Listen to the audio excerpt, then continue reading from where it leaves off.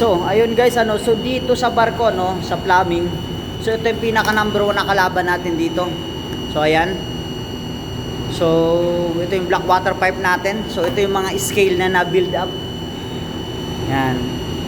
Yan. So, pag napabayaan natin to, wala tayong chemicals o something treatment na ginagawa sa mga water, sa mga black water line natin. So, ito yung magiging ito yung magiging kalalabasan.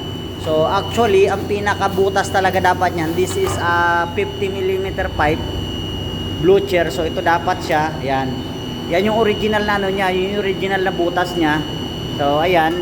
So, medyo nalingat tayo ng konti, medyo hindi naasikaso. I mean, naasikaso naman pero not totally nakpukusan. So, ayan na siya ngayon. So, ayan. So, napakaliit.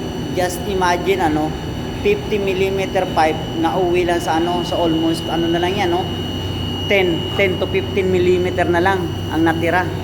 So, yan. So, ito yung kalaban natin dito so, pag on board tayo. So, the way nalilinisin natin siya manually pag natanggal na natin. So, yung ipapakita ko ngayon. So, let's go.